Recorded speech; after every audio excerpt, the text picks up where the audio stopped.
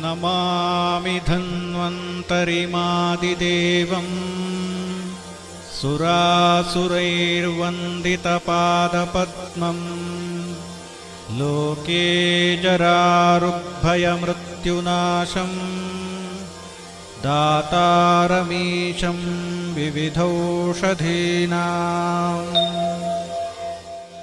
ಧನ್ವಂತರಿ ಜಯಂತಿ ಮಹತ್ವ ಈ ವಿಷಯದ ಬಗ್ಗೆ ಇದೀಗ ಮಾತನಾಡುವವರು ಉಡುಪಿ ಕುತ್ಪಾಡಿಯ ಶ್ರೀ ಧರ್ಮಸ್ಥಳ ಮಂಜುನಾಥೇಶ್ವರ ಆಯುರ್ವೇದ ಆಸ್ಪತ್ರೆಯ medical superintendent doctor Mamata KV. ಭಾರತೀಯ ಸಂಸ್ಕೃತಿಯ ಕೂಸುಗಳೆಲ್ಲ ಧರ್ಮದ ಅಡಿಗಲ್ಲ ಮೇಲೆಯೇ ಬೆಳೆದು ಬಂದಂಥವುಗಳು. ಅದಕ್ಕೆ ವಿಜ್ಞಾನವು ಹೊರತಲ್ಲ. ಅತ್ಯಂತ ಪ್ರಾಚೀನ ವೈದ್ಯಶಾಸ್ತ್ರವಾದ ಆಯುರ್ವೇದವು ಆರೋಗ್ಯ ರಕ್ಷಣೆ, ಆಯುಷ್ಯ ವರ್ಧನೆಯ ಶಾಸ್ತ್ರವಾದರೂ ಅದು ಕೂಡ ಧಾರ್ಮಿಕ ನಂಬಿಕೆಗಳೊಂದಿಗೆ ತಳುಕು ಹಾಕಿಕೊಂಡು ಗಟ್ಟಿಗೊಳ್ಳುತ್ತಾ ಸಾಗಿದೆ. ಆಧ್ಯಾತ್ಮದ ಓಲೈಕೆಯೇ ಆರೋಗ್ಯ ಸೌಧದ ತಳಪಾಯ ಎನ್ನಲಾಗಿದೆ. ಇತ್ತೀಚಿನ ದಿನಗಳಲ್ಲಿ ಹೆಚ್ಚುತ್ತಿರುವ ಮಾನಸಿಕ ಒತ್ತಡಗಳೊಂದಿಗೆ ಅಧಿಕಗೊಳ್ಳುತ್ತಿರುವ ವ್ಯಾಧಿಗಳೂ ಕ್ಷಯಿಸುತ್ತಿರುವ ಆಧ್ಯಾತ್ಮಿಕತೆಯೂ ಈ ಮಾತಿಗೆ ಇನ್ನೂ ಪುಷ್ಟಿ ನೀಡುತ್ತಲಿದೆ. ಇದನ್ನು ಮನಗಂಡ ವಿಶ್ವ ಆರೋಗ್ಯ ಸಂಸ್ಥೆಯೂ ಕೂಡ ತನ್ನ ಆರೋಗ್ಯದ ವ್ಯಾಖ್ಯೆಯನ್ನು ಶಾರೀರಿಕ ಹಾಗೂ ಮಾನಸಿಕ ಆರೋಗ್ಯ ಎಂದಿರುವುದನ್ನು ಬದಲಾಯಿಸಿ ಶಾರೀರಿಕ, ಮಾನಸಿಕ, ಆಧ್ಯಾತ್ಮಿಕ ಸ್ಪಿರಿಚುವಲ್ ಹೆಲ್ತ್ ಎಂಬುದಾಗಿ ಹೇಳಿದೆ. ಧರ್ಮ, ಆಧ್ಯಾತ್ಮ, ಧಾರ್ಮಿಕ ನಂಬಿಕೆಗಳೆಲ್ಲ ಸಾಮಾನ್ಯವಾಗಿ ಒಬ್ಬ ಅಧಿದೇವತೆಯ ಅಧೀನಯ ಆಧಾರದಲ್ಲಿ ವರ್ಣಿತವಾಗುವುದು ಈ ಸಂಸ್ಕೃತಿಯ ವೈಶಿಷ್ಟ್ಯ. ಅದೇ ರೀತಿ ಆಯುರ್ವಿಜ್ಞಾನದ ಆರಾಧ್ಯ ದೇವತೆ ಧನ್ವಂತರಿ ಆರೋಗ್ಯದ ಅಧಿದೈವವೂ ಹೌದು. ಆರೋಗ್ಯ ಅನಾರೋಗ್ಯಗಳಿಗೆ ಸಂಬಂಧಿಸಿದಂತೆ ಎಲ್ಲದರಲ್ಲೂ ಧನ್ವಂತರಿಗೇ ಪ್ರಥಮ ಪೂಜೆ ಪ್ರಾಶಸ್ತ್ಯ. ಕೇವಲ ಮನುಜರಷ್ಟೇ ಅಲ್ಲ, ಜರಾರುಕ್ ಮೃತ್ಯುಹರೋ ಅಮರಾಣಾನಾಂ, ಅಮರರಾಗಿರುವ ದೇವತೆಗಳ ರೋಗ ರುಜಿನ, ವೃದ್ಧಾಪ್ಯ, ಸಾವು ನೋವುಗಳನ್ನು ಪರಿಹರಿಸುವವನೂ ಧನ್ವಂತರಿಯೇ. ಹಾಗಾಗಿ ಅವನು ಸರ್ವತ್ರ ಪೂಜಿತ. ಯಜ್ಞದಲ್ಲಿಯೂ ಹವಿರ್ಭಾಗ ಸ್ವೀಕರಿಸುವಂತಹ ಪ್ರಧಾನ ದೇವತೆ. ಇಂತಹ ಧನ್ವಂತರಿಯ ಕಿರು ಪರಿಚಯವನ್ನು ನಾವೀಗ ನೀಡುತ್ತಿದ್ದೇವೆ.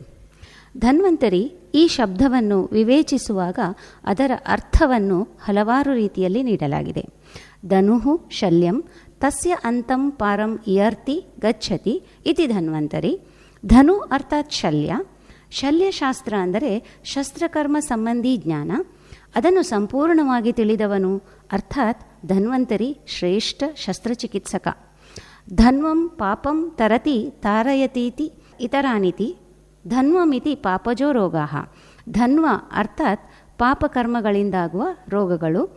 ನಮ್ಮ ಪೂರ್ವಜರ ವಿಶ್ವಾಸದಂತೆ ಪೂರ್ವಜನ್ಮಕೃತ ಪಾಪಗಳೂ ಕೂಡ ವ್ಯಾಧಿ ರೂಪದಲ್ಲಿ ನಮ್ಮನ್ನು ಈ ಜನ್ಮದಲ್ಲಿ ಬಾಧಿಸುತ್ತವೆ.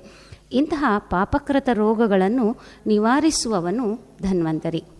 ಅದೇ ರೀತಿ ಇನ್ನೊಂದು ರೀತಿಯಲ್ಲಿ ಧಂ ಧನಂ ನಾಶಯಂತೀತಿ ಧನವೋ ರೋಗಾಃ ತೇಷಾಂ ಅಂತರಾತಿ ದದಾತೀತಿ ಧನ್ವಂತರಿ ರೋಗನಾಶಕಃ. ಧಂ ಅಂದರೆ ಧನ ಅರ್ಥಾತ್ ರೋಗ. ಇವುಗಳನ್ನು ನಿವಾರಿಸುವವನೇ ಧನ್ವಂತರಿ. ಧನ್ವನ ತಾರಯತೆ ಲೋಕಾತ್ ತಹತಿ ಇತಿ. ಯಾರ ಕೀರ್ತಿ ಸಮುದ್ರವನ್ನೂ ದಾಟಿ ಲೋಕಕ್ಕೆಲ್ಲ ಪಸರಿಸಿದೆಯೋ ಅವನು. ಅದೇ ರೀತಿ ಧನ್ವ ಶಬ್ದಕ್ಕೆ ಮರುಭೂಮಿ ಎಂದೂ ಕೆಲವು ವಿವರಣೆಗಳಿದ್ದು ಮರುಭೂಮಿಯನ್ನೂ ದಾಟಿದವನು ಎಂಬಂತಹ ವಿವರಣೆಗಳು ಕೂಡ ಶಾಸ್ತ್ರದಲ್ಲಿ ಲಭ್ಯವಾಗುತ್ತವೆ. ಮಹಾಭಾರತದಲ್ಲಿ ಒಂದು ಕಡೆಯಲ್ಲಿ ಸ್ಮೃತಂ ಮಾತ್ರಂ ಅರ್ತಿನಾಶನಃ, ಕೇವಲ ಧನ್ವಂತರಿಯ ನಾಮಸ್ಮರಣೆಯಿಂದಲೇ ದುಃಖಗಳು ಅರ್ಥಾತ್ ದುಃಖದಾಯಕವಾದ ರೋಗಗಳು ನಿವಾರಣೆಯಾಗುತ್ತವೆ ಎಂದು ಹೇಳುತ್ತಾ ಧನ್ವಂತರಿಯ ಮಹಿಮೆಯನ್ನು ಕೊಂಡಾಡಿದ್ದಾರೆ. ಆಯುರ್ವಿಜ್ಞಾನ ಉತ್ಪತ್ತಿಯ ಜಿಜ್ಞಾಸೆಯು ಬ್ರಹ್ಮನಿಂದಲೇ ಆರಂಭ. ಬ್ರಹ್ಮನು ವೇದಗಳನ್ನು ಸೃಷ್ಟಿಸುವಾಗಲೇ ಅಥರ್ವ ವೇದದ ಉಪವೇದವಾಗಿ ಆಯುರ್ವೇದವನ್ನು ಸೃಷ್ಟಿಸಿದನು.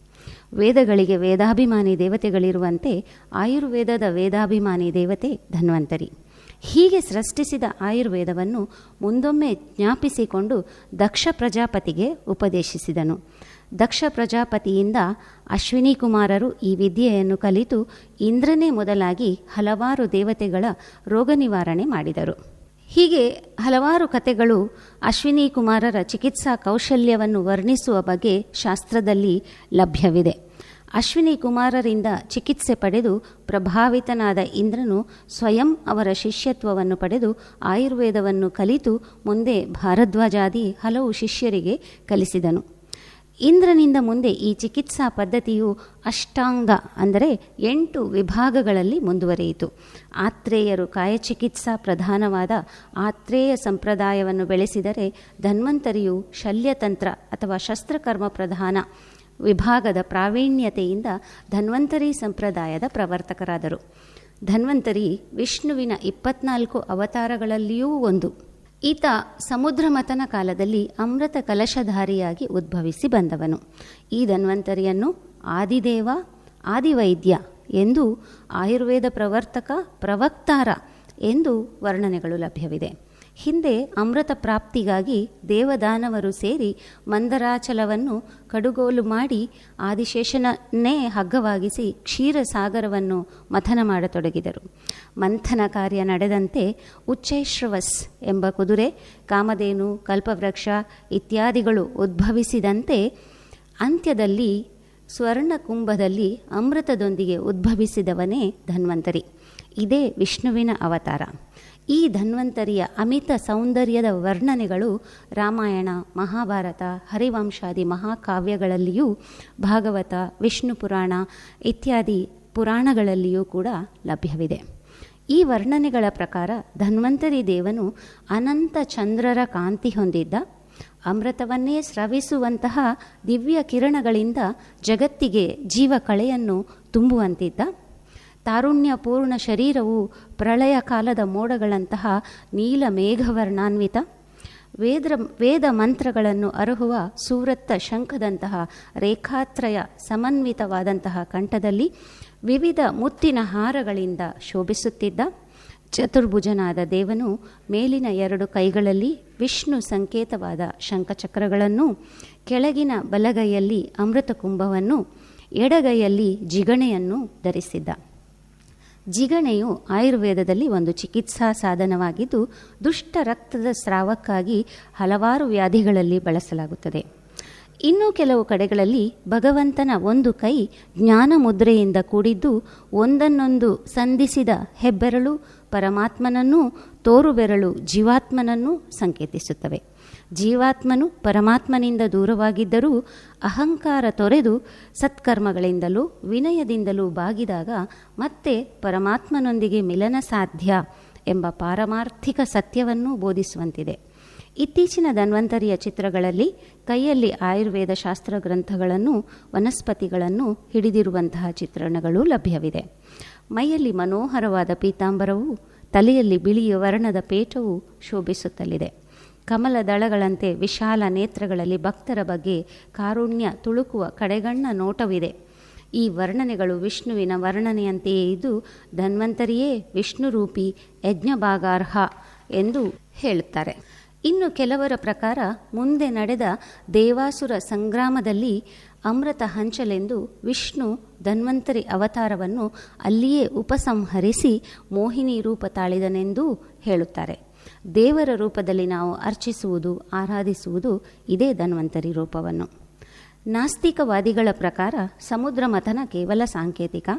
ವಿದ್ವಾಂಸರ ಮಧ್ಯೆ ನಡೆಯುವ ವಿಚಾರ ಮಂಥನಗಳಲ್ಲಿ ಹಲವಾರು ಹೊಸ ವಿಚಾರಗಳು ಉದ್ಭವಿಸಿ ವಿಮರ್ಶಿತವಾಗಿ ಕೊನೆಯಲ್ಲಿ ಬರುವ ಜ್ಞಾನಸಾರವೇ ಅಮೃತ ಎಂದರೆ, ಇನ್ನು ಕೆಲವರು ಔಷಧೀಯ ಸಸ್ಯಗಳಿಂದ ಸಂಪದ್ಭರಿತವಾದ ಮಂದರಾಚಲವನ್ನು ಕಡೆಗೋಲಾಗಿಸಿ ಮಥಿಸಿದಾಗ ಅದರ ವನಸ್ಪತಿಗಳ ಸಾರವೆಲ್ಲ ಸಮುದ್ರದೊಳಗೆ ಸೇರಿ ಬಂದದ್ದೇ ಸೋಮ ಅರ್ಥಾತ್ ಅಮೃತ ಎಂದು ಹೇಳಲಾಗುತ್ತದೆ. ಇನ್ನೂ ಕೆಲವರ ಪ್ರಕಾರ ಅಮೃತ ಹಲವಾರು ದಿವ್ಯೌಷಧಿಗಳಿಂದ ನಿರ್ಮಾಣ ಮಾಡುವಂತಹ ಔಷಧ ವಿಶೇಷ. ಅದನ್ನು ತಯಾರಿಸುವ ಕಲೆ ಧನ್ವಂತರಿಗೆ ಪ್ರಾಪ್ತವಾಗಿತ್ತು. ಇದನ್ನು ಅಲಂಕಾರಿಕ ಭಾಷೆಯಲ್ಲಿ ಹೀಗೆ ವರ್ಣಿಸಲಾಗಿದೆ ಎಂದು ಹೇಳಲಾಗುತ್ತದೆ. ಈ ಮೂಲ ಧನ್ವಂತರಿಯ ಬಳಿಕವೂ ಶಾಸ್ತ್ರ, ಪುರಾಣ, ಮಹಾಕಾವ್ಯಗಳಲ್ಲಿ ಹಲವು ಧನ್ವಂತರಿಯರ ವರ್ಣನೆಗಳು ಲಭ್ಯವಿದೆ. ಅವುಗಳಲ್ಲಿ ಮುಖ್ಯನಾದವನು ಕಾಶಿರಾಜನ ಮಗ ದೀರ್ಘತಪನ ಮೊಮ್ಮಗ ಹಾಗೂ ಧನ್ವನ ಮಗನಾಗಿ ಜನಿಸಿದವನೇ ಧನ್ವಂತರಿ. ಧನ್ವನು ಅಂದರೆ ಜಲ, ಇದರಿಂದ ಉದಿಸಿ ಬಂದ ಅಬ್ಜರೂಪಿಯಾದ ವಿಷ್ಣು ಅರ್ಥಾತ್ ಧನ್ವಂತರಿಯನ್ನು ಭಕ್ತಿಪೂರ್ವಕವಾಗಿ ಆರಾಧಿಸಿ ಅವನನ್ನೇ ತನ್ನ ಮಗನಾಗಬೇಕೆಂದು ಕೇಳಿದಾಗ ಧನ್ವಂತರ ರೂಪಿ ವಿಷ್ಣುವೇ ಆತನ ಮಗನಾಗಿ ಮತ್ತೆ ಅವತರಿಸಿ ಬಂದ ಎನ್ನಲಾಗುತ್ತದೆ. ಈ ಧನ್ವಂತರಿಯು ಸ್ವಯಂ ಇಂದ್ರನಿಂದಲೇ ಆಯುರ್ವೇದವನ್ನು ಕಲಿತು ಬಂದವನು ಎಂದು ಇದ್ದರೂ ಹರಿವಂಶ ಪುರಾಣದ ಉಲ್ಲೇಖಗಳು ಈತನನ್ನು ಭಾರದ್ವಾಜರ ಶಿಷ್ಯರೆಂದೂ ಪರಿಗಣಿಸಿದೆ.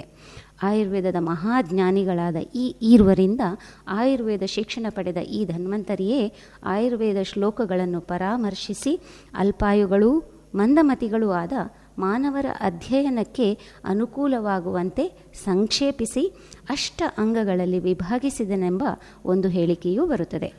ಆದರೆ ಇನ್ನು ಕೆಲವರ ಪ್ರಕಾರ ಅಷ್ಟಾಂಗಗಳು ಬ್ರಹ್ಮನಿಂದಲೇ ರಚಿತವಾದವು ಎಂದು ಕೂಡ ಹೇಳುತ್ತಾರೆ.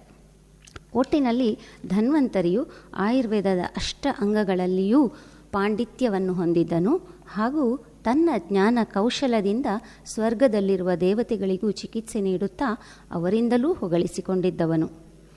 ಅಶ್ವಿನಿ ದ್ವಯರು ಹಾಗೂ ಇಂದ್ರನಿಂದ ಕೇವಲ ಸ್ವರ್ಗದಲ್ಲಿಯೇ ಪ್ರಚಲಿತವಿದ್ದ ಆಯುರ್ವಿಜ್ಞಾನವನ್ನು ಆರ್ಯಾವರ್ತದಲ್ಲಿಯೂ ಪ್ರಚುರಗೊಳಿಸಿದವನು ಧನ್ವಂತರಿ.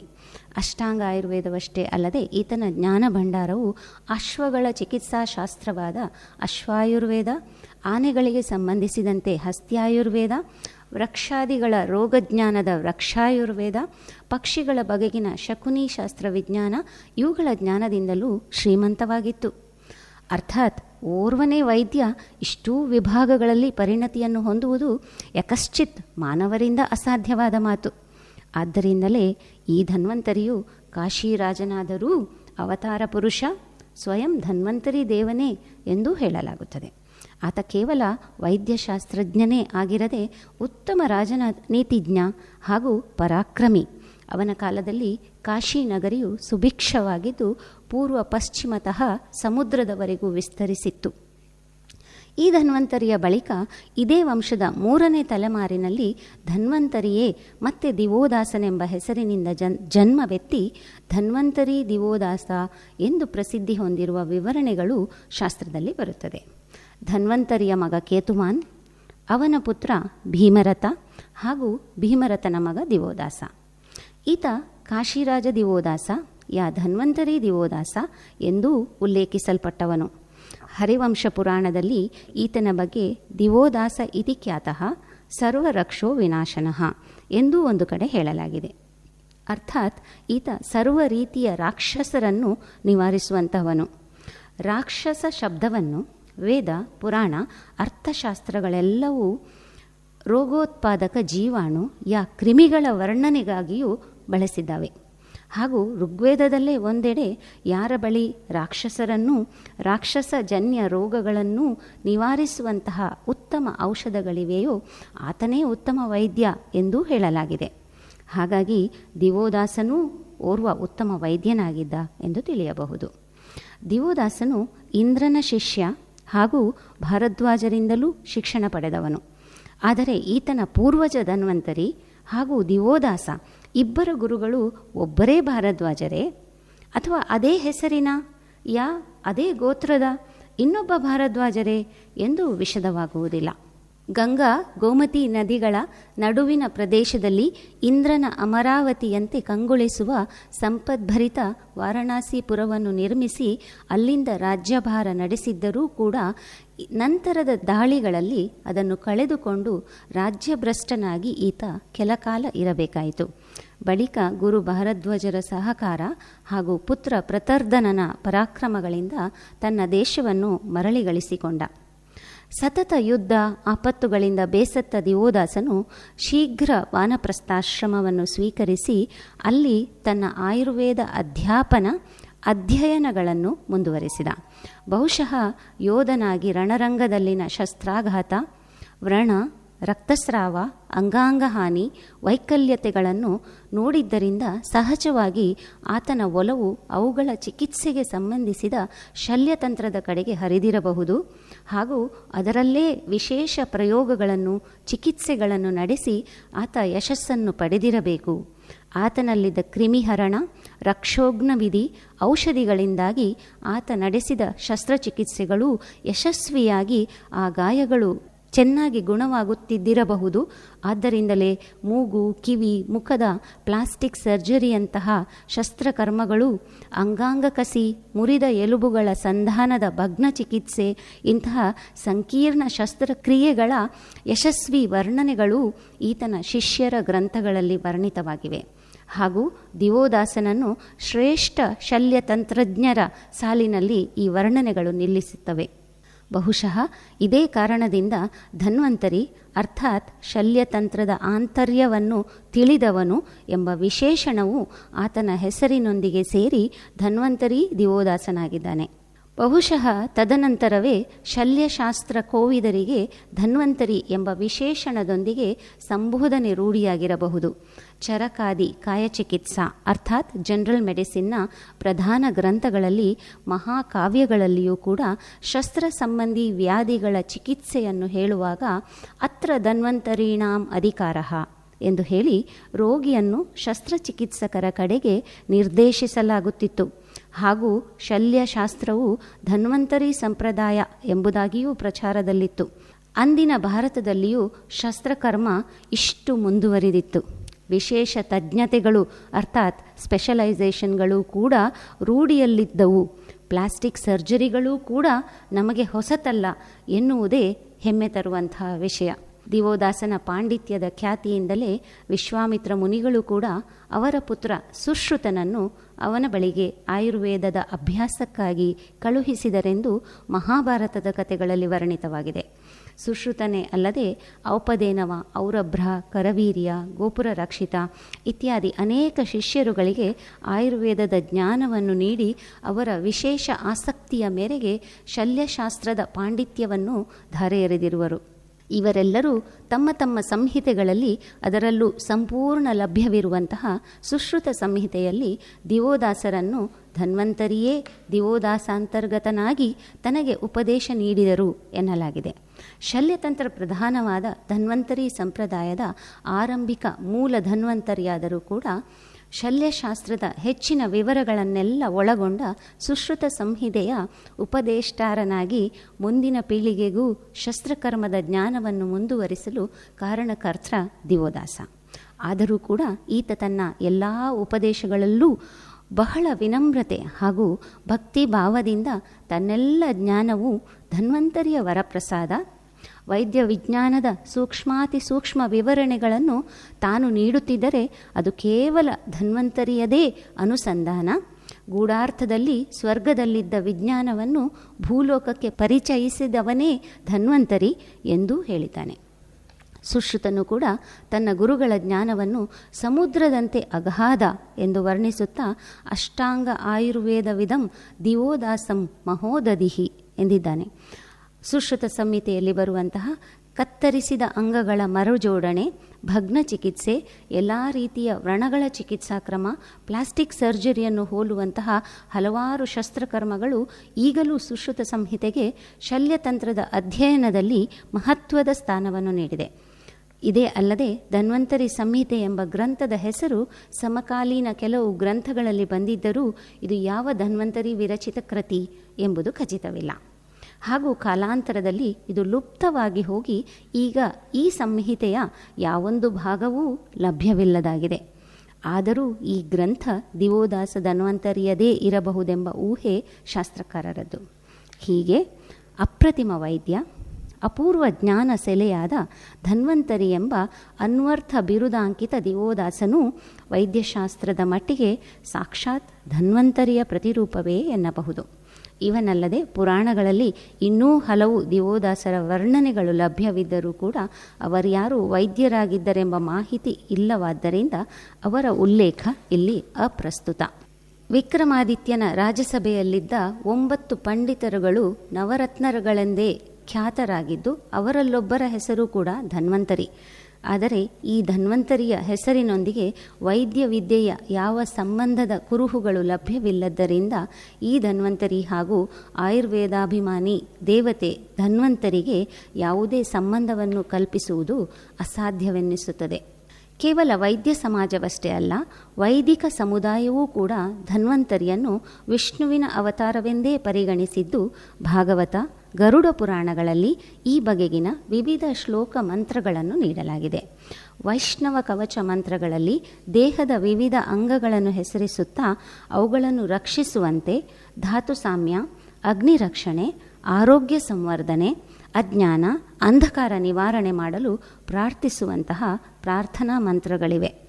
ಬೃಹದಾರಣ್ಯಕೋಪನಿಷತ್ ಹಾಗೂ ಭಾಗವತದ ನಾರಾಯಣ ವರ್ಮ ಕವಚ ಮಂತ್ರಗಳಲ್ಲಿ ಧನ್ವಂತರಿಂ ಪಾತು ಅಪಥ್ಯಾತ್ ಎಂಬಲ್ಲಿ ರೋಗಕ್ಕೆ ಕಾರಣೀಭೂತವಾಗುವ ಆಹಾರ ವಿಹಾರ ರೂಪಿ ಅಪಥ್ಯಗಳಿಂದ ನಮ್ಮನ್ನು ದೂರಗೊಳಿಸಿ ಆರೋಗ್ಯ ರಕ್ಷಣೆಯನ್ನು ಧನ್ವಂತರಿ ರೂಪಿ ವಿಷ್ಣು ಭಗವಾನ್ ಮಾಡಲಿ ಎಂಬ ಆಶಯವೂ ವ್ಯಕ್ತವಾಗಿದೆ.